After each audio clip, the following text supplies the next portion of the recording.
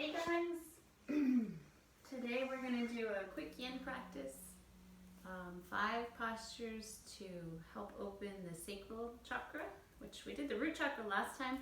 Really, a lot of the postures are effective for both because of their proximity to each other and their relationship to each other. The sacral chakra mainly has to do with relationships, creativity, and pleasure. So creating more energy flow, more space, especially right now. It's such a, I've been talking to so many people who have more time than usual to pursue hobbies and interests. A good time to tap into your creativity. So we'll do these 5 postures, really a quick one. The first one's reclining butterfly. I brought out a bolster. You could use this underneath your, if you wanted to have this at the sacrum. You could lean back on it, but I'm just going to do traditional reclining butterfly myself today. So I'm going to come back on the mat and bring the soles of my feet together and let the knees fall out. In yin, 1 to 5 minutes, guys. I'll aim for about 3 minutes each posture, so we won't hold it for too long. I'll leave that to you if you want to hold it longer. But yeah, we'll dive right in, so I'll give you a few moments just to tune into your body and your breath.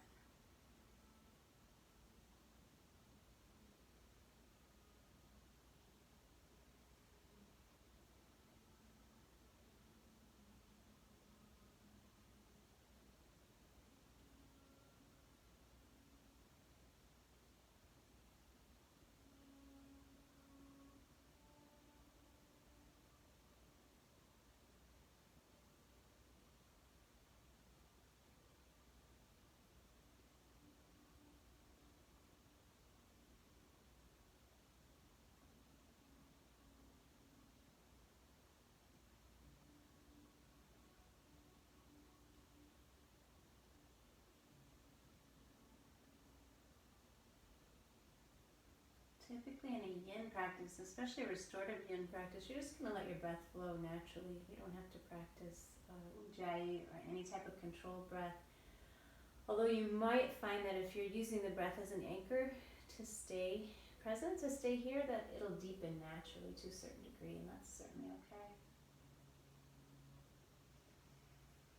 The color that we associate with the sacral chakra is orange. One of the gemstones I remember is opal, and if you are an aromatherapy person, sandalwood is one of the fragrances. So different ways you can work on opening your chakras, keeping your chakras open. There's mudras. I know for sacral chakra, it's an interlacing of the fingers, and for women, if I was sitting up and resting my hands on my lap, I would have my left thumb on top. Men would have the right. Feminine side versus masculine side. A lot of different, I'm just talking yoga and chakras right now. There's so many different ways to approach keeping the energy that moves through your life open, high vibration, positive, from very traditional approaches to less traditional approaches. We're working with this today, just a few yoga postures. So I'll give you a couple more breaths here in butterfly. And you can help the knees come back together. And draw the knees into the chest. Opanasana. This is another actually good posture for both root and sacral opening. So good counter pose to that one. Just bring knees to chest, and you can rock it out a little bit. Now we're going to go from here to wide straddle forward fold. I'll set it up facing you, so you can come up on your mat. This might be a place where you use a bolster or a block, but you're going to take your feet wide.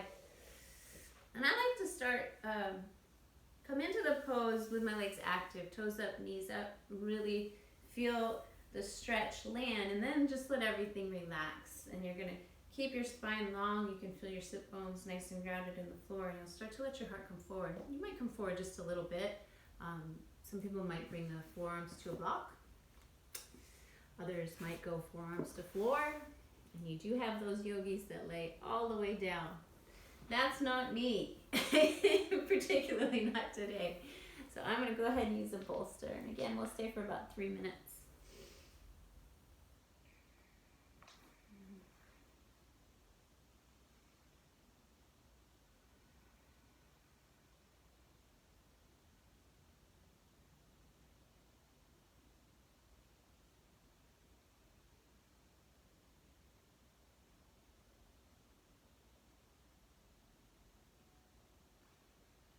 I think sometimes when we think about creativity, I guess I should speak for myself. I think about the arts, I think about music, and I think about drawing and painting and that type of expression. But creativity is a pretty open concept. Any way at which you can be creative.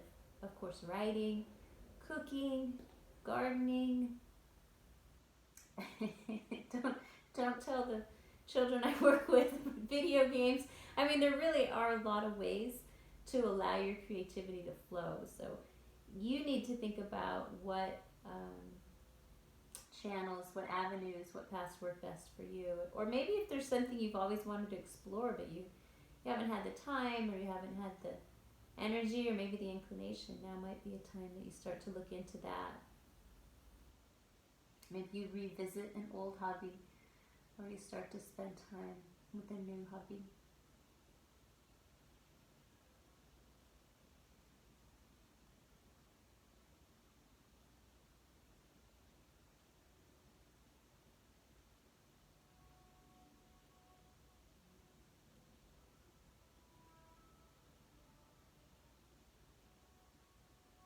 Again, very grounding postures.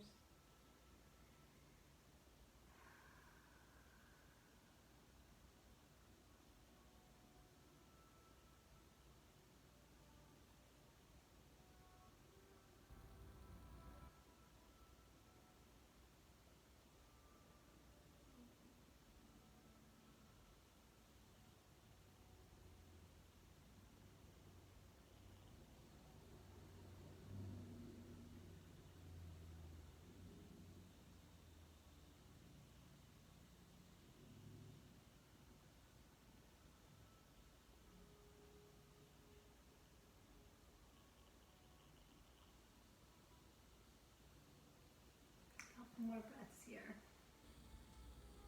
Yeah.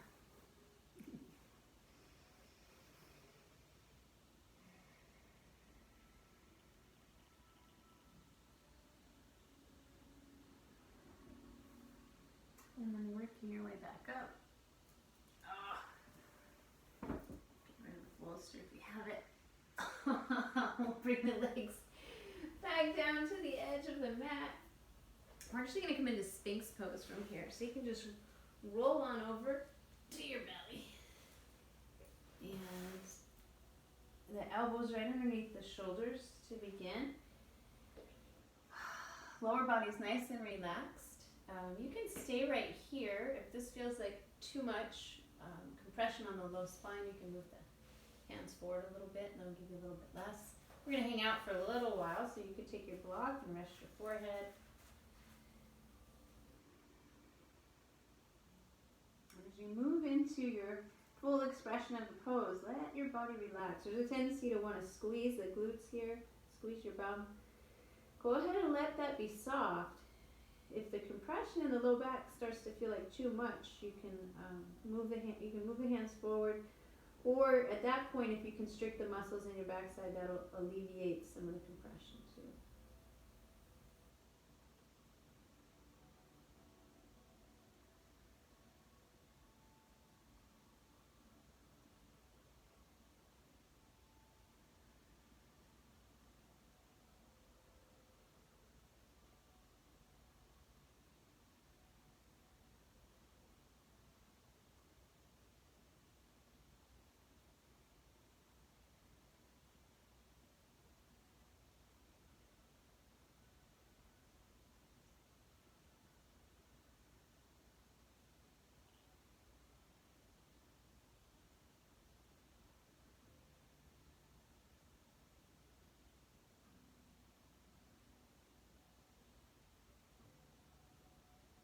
Notice the way the breath feels against the mat.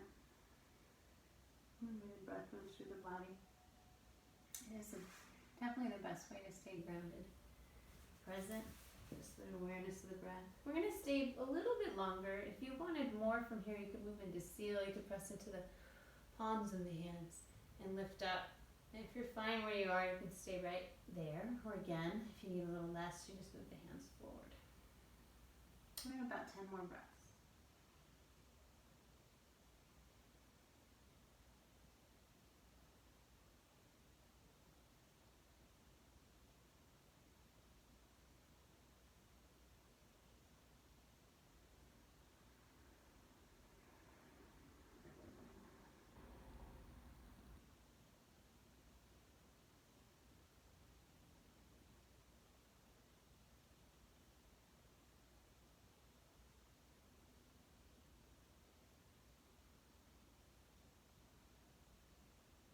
Good. Stay for another inhale.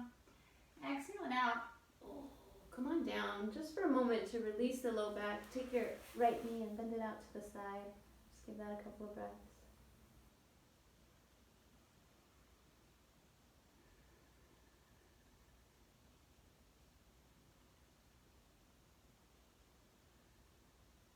That feels good. One more inhale and exhale.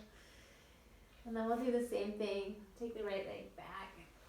Bend your left knee out to the side.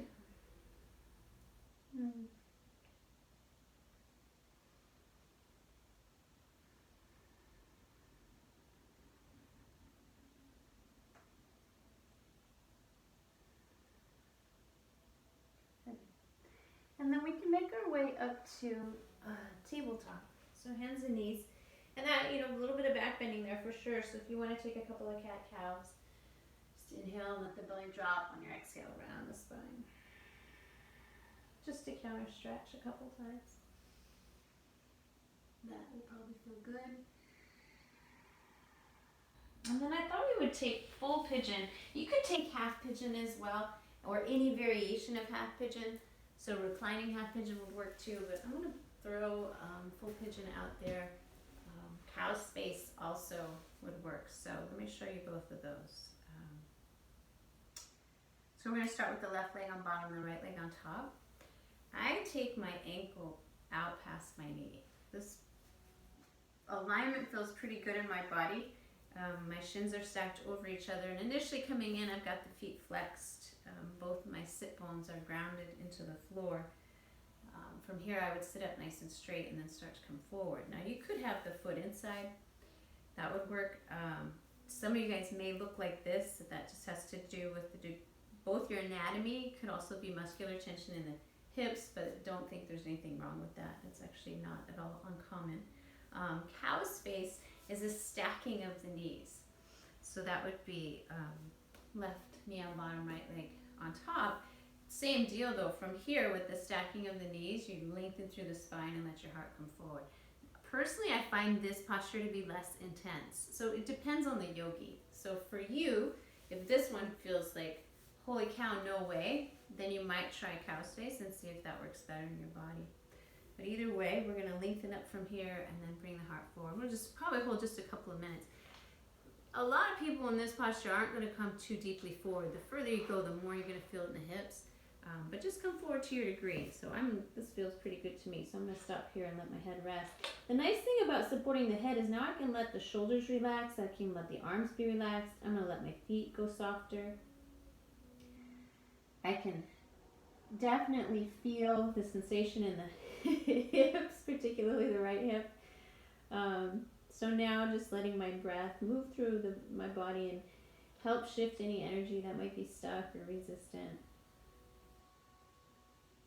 So if you can let the rest of your body relax, it's particularly helpful because sometimes we'll come into a pose like this and I'll look around the room and I'll see someone in the posture and they've got their hands in very tight fists. Well, awesome that they're allowing their hips to open up, but unfortunately now they've taken tension in another part of their body and they're holding it there. So where you can be soft, be soft. So scan through, start right at the crown of your head and work your way all the way down. Don't wrestle or fight if you're like, oh, my neck is tight or whatever. That's cool. Just notice and move on. But something like that, like if I've got my shoulders up by my ears, or if I'm gritting my teeth or making fists, those things I can let go of. So be aware of that.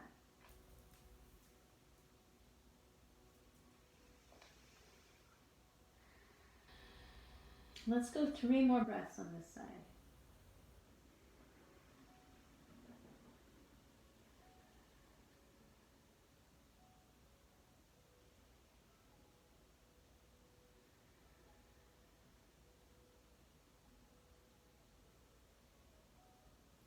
Yeah, when you get to your third exhale, work your way back up. We are going to switch sides, and you can do it what I like to call the fun way or the easy way. So the fun way, my right leg's on top. I'm going to bring my right foot into the floor.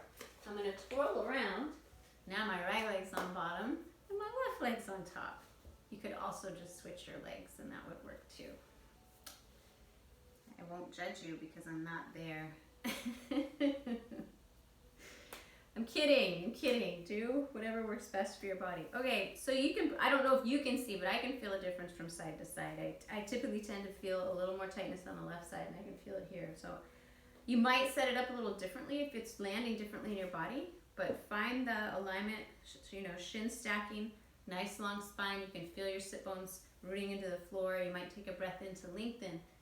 And then begin to bring the heart forward. Maybe stop right here. Actually, I don't know if I'm going to go as far forward on this side because I can definitely already feel it. So you're listening to your body and your breath, and you're just easing in. Yeah, and it's restorative. So we're not holding a lot of tension or strength or tightness in the body. Once we land the pose, we're going to let everything soften and relax. And now again, I'm feeling this very much on the left hip. So I'm just going to relax here. If it feels okay, palms up. It's kind of a sign of receiving. You're just sort of allowing.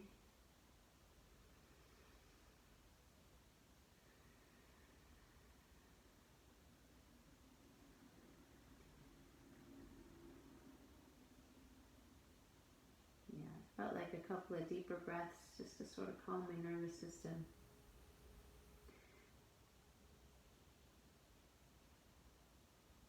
I do feel a fair amount of resistance in the left side. And it's interesting because I can feel it from the hip, but as I'm scanning through, I feel it all the way up through my left shoulder. So I'm just going to relax where I can, Again, it's without judgment. This is a practice of awareness and observation. As little judgment as possible. We want to let go of stories. We want to let go, really, of adjectives for the most part. It's all very temporary, the way we feel in postures. You'll notice if you stay in a pose for a couple of minutes, you notice a lot shifts and changes in that amount of time. But even if you're in a pose for 5 breaths, it's amazing what can happen in that short amount of time. So you're just watching and kind of taking mental notes, more like a scientist than the person who's actually in the pose. Not that I don't want you to feel it, but I don't want you to get caught up in the feeling of it. There's a difference, right?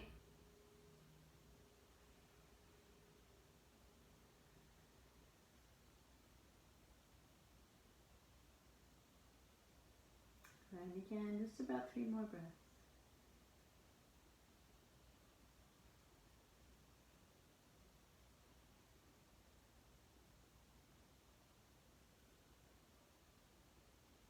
And the sacral chakra is related to, you can make your way out, guys, relationships.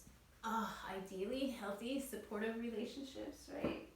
Some of us right now are spending a lot more time with people than we normally do. And some of us are spending a lot less time with people than we ordinarily do. So it's interesting, and it will bring about shifts and changes in relationships. Being open to that, kind of like the practice, just noticing without attaching a lot to it if you can. Okay, last pose. We're just going to take a reclining twist. And I'm going to have you keep both knees together. Let's twist first to the right. So I'm going to shift my hips just slightly over the left side of the mat. So when I let my knees fall right, they're stacking right on top of each other. The hips are stacking. And let's cactus the arms. So if it feels better to T or Y, you could. It's just a slightly different variation. You'll feel this opening in the chest slightly differently. You can turn your gaze over your left shoulder. We'll hold this just for a minute or two.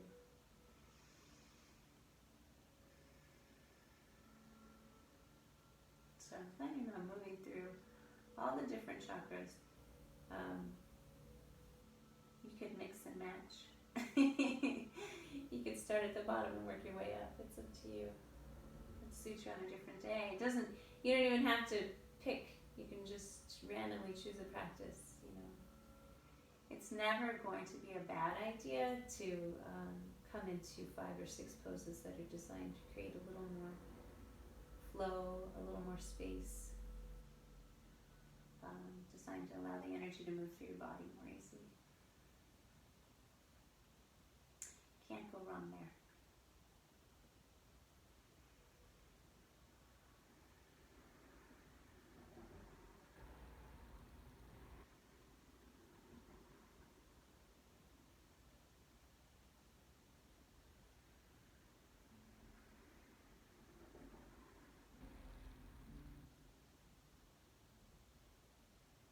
I mentioned before, I was for a long time not a huge fan of Yin.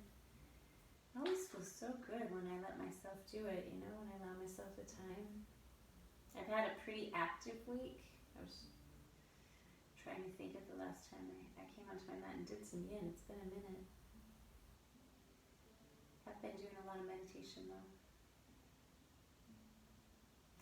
Yin reminds me of meditation. You get to bring in some stretch and some movement, but encouraged to have stillness and breath as well.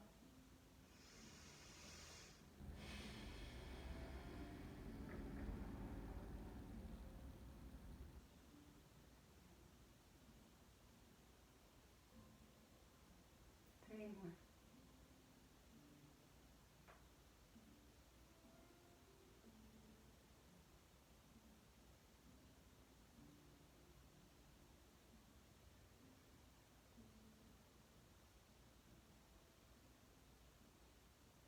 Alright, when you get to your last breath, coming back through center.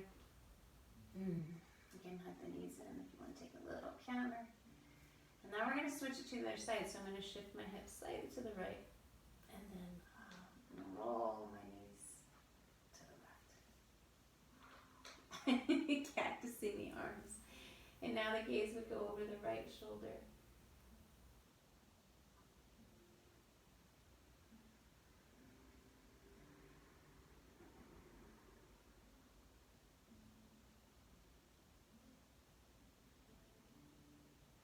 I had a meditation to read you guys. Why don't you hold the pose? And I'll read it to you while we do this last side. Oh, it's short. Again, I just opened this book randomly, and I'm always impressed with how well the meditations align with at least what I'm thinking and feeling before I land on my mat. It says, tap into life's energy. Life is not something separate or apart from you, as you once believed.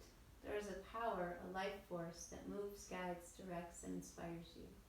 You are one with life's energy. Do things that energize you. Charge your soul. Soak up the sun. Soak up color. Soak up beautiful sounds. Immerse yourself in nature, in a world that refreshes, restores, and renews. Don't worry about the task or the day that looms ahead, the work and love and play, the problems and choices that are on the way. If you energize yourself, restore yourself, the power to take action will come naturally, like water from a spring. Look around. What do you see that feels right to do? What direction do you see as the right way to go? Trust the smallest glimmer. Give in to the urge, to the guidance that's there. Do it once, do it again. Soon you'll find yourself in harmony. You will have all the guidance, energy, ideas, creativity, power, and ability you need to do all you're meant to do. And you'll be given the power to enjoy it. I like that one. Whew, you can come back through center as you're ready. Oh, make your way up to a seat. Of course, you're welcome to continue to practice. If you want to seal your practice with me, you can bring hands to heart center. Just take one deep breath in through the nose. Sigh that out. And then thumbs to forehead center. And one more breath in together. And all together we'll say, Namaste. Thanks for practicing with me, guys. Vinyasa tomorrow.